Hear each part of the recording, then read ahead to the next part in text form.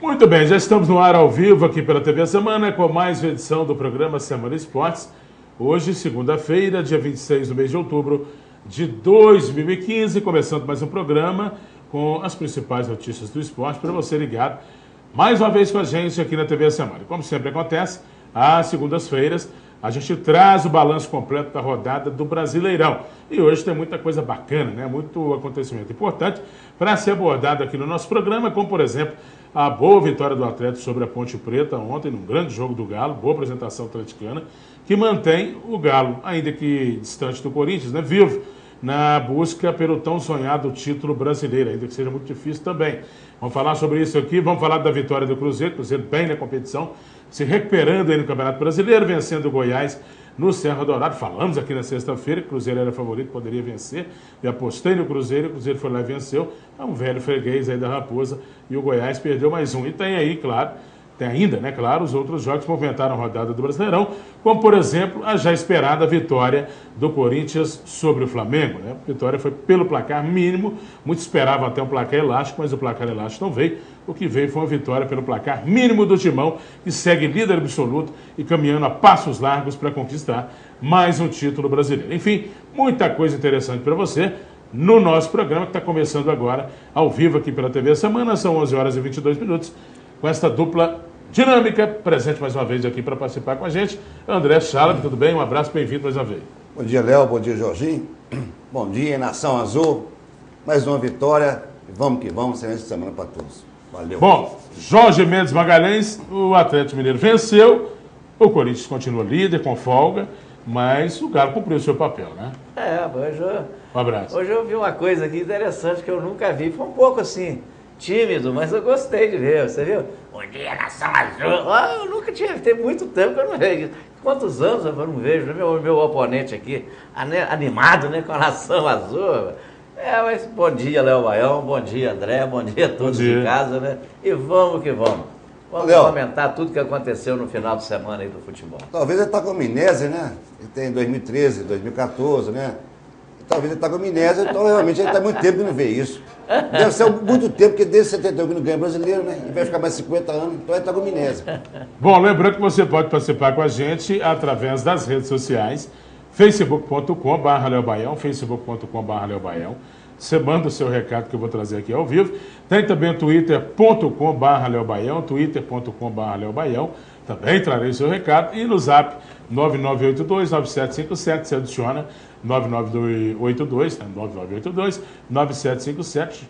E você adicionando, manda o seu recado, eu trago aqui ao vivo no nosso programa. Bom, vamos começar falando então da rodada do Brasileirão e inicialmente com o jogo que abriu a 32ª rodada da competição, que foi a vitória do Atlético Paranaense sobre o Fluminense. O jogo foi no sábado, no estádio do Maracanã, no Rio de Janeiro, às 5 da tarde, e o Atlético do Paraná venceu o Flu por 1-0, gol do Gordinho Walter, né? O Gordinho Walter, que é ex-jogador do Fluminense, e coincidentemente ou não, ele acabou marcando o gol contra o seu ex-clube, gol este que foi o da vitória do Furacão sobre o tricolor carioca no Rio de Janeiro. O Everton atrás, o Walter na frente, o Furacão segurou o Flu e venceu no Maraca com 5 boas defesas do goleiro, que controlou pressão tricolor, né? E o atacante marcou no 1-0, o Walter, que inclusive teve fim aí o seu jejum, né? E o time carioca pior do retorno, e temos Z4, um dos piores aí do retorno, se não o pior, o Fluminense, temendo inclusive chegar no Z4, que é a zona de rebaixamento do Campeonato Brasileiro. Enfim, o Fluminense não venceu em casa e o Gordinho foi lá e encaçapou. Atlético Paranaense 1, Fluminense 0, André. Olha, Léo, a questão do Fluminense, né, está voltado também à questão da Copa Brasil, né? Alguns titulares foram poupados e realmente quando o time está disputando duas competições simultaneamente, realmente uma ele prioriza, outras não. Não tem mais chance do brasileiro, prioridade agora da Copa Brasil. Bom, o que acontece com os outros times, nós vamos falar posteriormente aí na rodada. Só isso? Só isso. Já terminou? Terminou. O Cruzeiro ganhou, quer guardar assunto só para o Cruzeiro, né? Está tão desabituado com a sequência de vitória, ele está querendo falar só do Cruzeiro. Tô sim. Bom, o Jorginho, o Walter O Walter foi lá e mandou para a rede, fez o gol da vitória. A gente já tinha destacado na semana passada que ele foi bem pela Sul-Americana, fez uma partida muito boa, né? No confronto do seu time pela Sul-Americana. E agora no Brasileirão, sendo destaque e sendo importante novamente. Mantendo, né, uma regularidade assim, de bons jogos, né? O Walter, desde a temporada passada, que chama realmente a atenção, né? É um excelente jogador, não está também tão gordo como estava mais, ele afinou bastante agora, movimenta mais. Você vê que subiu ali de cabeça ali, né? Subiu até livre, né? Sem ninguém para acossar ele ali, mas fez gol de cabeça também. Então, mostrou, né? O porquê que ele fez um grande jogo, né? Na semana passada pela Sul-Americana e mostrou nesse jogo contra o Fluminense. Agora o André tem razão, o Fluminense deu uma puxada de freio mesmo nesse campeonato brasileiro e está apostando na Copa do Brasil, né? E são 4 equipes agora, né? 3 dessas 4 aí vai ter que amargar essa aposta, né? Uma só será campeã, mas até certo ponto o Fluminense tem razão, porque não almeja nada mais no brasileiro, né? Diferente de São Paulo, Santos e Palmeiras, que almeja também o G4 do brasileiro. Então o Fluminense já está longe desse G4 e tem que apostar mesmo na Copa do Brasil. Muito bem, Internacional venceu o Joinville por 1-0. Esse jogo também foi realizado no sábado, né? Porém um pouco mais tarde, jogo aí por volta das 6h30, e o Inter então vencendo o Joinville por 1-0, e com o gol do Vitinho. A gente vai ver o gol, temos o gol aí para mostrar para você que está ligado mais uma vez com a gente aqui no Semana Esportes.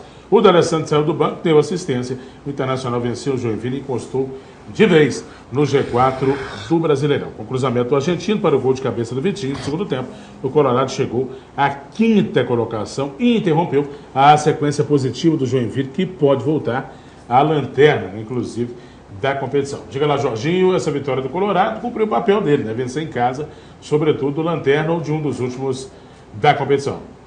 O Joinville tentando a todo custo, né, Léo, a tentar mesmo melhorar na competição. Deu uma melhorada realmente depois da metade do segundo turno do campeonato, mas aí eu acredito que não será suficiente, né, para tirar o Joinville da segunda divisão. Eu acredito que já é um virtual rebaixado já, porque as partidas do Joinville são complicadas mais ainda agora para frente e a tendência é o rebaixamento mesmo do Joinville. E o Internacional, né, teve até dificuldades, tá? Diante dessa partida em alguns momentos, mas conseguiu fazer seu dever de casa. Não é o último, o Joinville é o penúltimo, é o penúltimo. 19º colocado com 30 pontos. A mesma pontuação do Vasco da Gama, que também tem 30. A gente vai falar depois aí do jogo do Vasco contra o Grêmio. Vencer praticamente todas as partidas, ele e Vasco, né? Tá complicado. O Vasco lutou, reagiu, mas vai cair do mesmo jeito. Vai cair. Bom, André, não tem saída, não. Olha, o resultado extremamente normal. Geralmente, né, tem Chapecoense, Joinville, esses times de Santa Catarina e está disputando aí a famoso Z4, é um resultado normal. Vai para fora, fica retrancado, dificulta para o adversário, mas o Inter também fez o papel dele, né, Jorge? Então, não tem nada de anormalidade nesse resultado aí, extremamente normal. Muito bem, bom, e nós tivemos ainda no sábado a partida do Figueirense contra o Santos, no estádio Orlando Scarpelli, às 6h30 da tarde, né? E esse jogo terminou empatado por 0-0, né? Então a gente já passa aqui a falar da vitória do Sport em São Paulo contra o Palmeiras, Sport 2, Palmeiras 0. Tá certo que o Palmeiras escalou aí um monte de reservas, né? Já que está com as suas atenções voltadas para a Copa do Brasil, mas o Sport nada tinha com isso, foi a São Paulo, ao estádio do Pacaembu, e venceu por 2-0 com os gols do Marlon e do André, né? E o Sport venceu a primeira fora de casa e sonha ainda com o G4. Já o Palmeiras sofreu a pressão da torcida, né? Devido a essa derrota, esse lindo gol do Marlon, acertando o ângulo do goleiro adversário, e com os gols, repito, do Marlon e do André, o time pernambucano passou pelo Verdão, no Pacaembu, e ficou bem na tabela. Já os paulistas perdem a oportunidade de voltar ao grupo da frente aí do Campeonato Brasileiro, né? O Palmeiras tem 48 pontos, está na 8ª colocação, já o Sport está uma posição acima, é o 7º colocado da competição, com 49 pontos ganhos. André, é aquilo que você fala, né? Está priorizando a Copa do Brasil e está abrindo mão, por outro lado, do G4. Se o Palmeiras for eliminado, por exemplo, ou perder a final da competição, ele pode se enrolar e não ver vaga de Libertadores, nem vir a Copa do Brasil, nem vir Brasileirão. Diga lá. Léo, a tática que o Marcelo usou contra o Avaí, escalar o time totalmente alternativo, não funcionou contra o Sport, né? Principalmente ser dentro da casa dele. Eu tenho impressão, se o Marcelo não conseguir ganhar, que é o objetivo dele, a Copa do Brasil, o clima vai ficar chato, vai ficar pesado, e muita coisa pode acontecer no ano 2015 aí, referente ao Palmeiras, porque realmente ele está priorizando a Copa do Brasil, abriu mão do Campeonato Brasileiro, e se não ganhar, meu amigo, o bicho vai pegar. Diga lá, Jorginho. E o Marcelo já começou a sentir a pressão da torcida, né, palmeirense, né? Já. A torcida já começou a pegar pesado já, pressionar o Marcelo, questionar, né, o Marcelo. E o Palmeiras tem realmente um elenco, né, com quantidade de atletas, né? Tem que fazer isso mesmo em momentos desses, vai decidir essa classificação em casa. O Marcelo colocou, né, o time correto, porque tem que fazer um resultado, né? Um resultado de 2-0, né, ou a diferença de 2, né, para manter a classificação.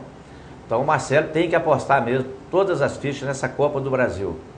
Porque, como você disse, André, se não conquistar a Copa do Brasil e não chegar ao G4 do brasileiro, pode ter certeza que o bilhete, meu filho, o bilhetinho no final do ano vai vir mesmo.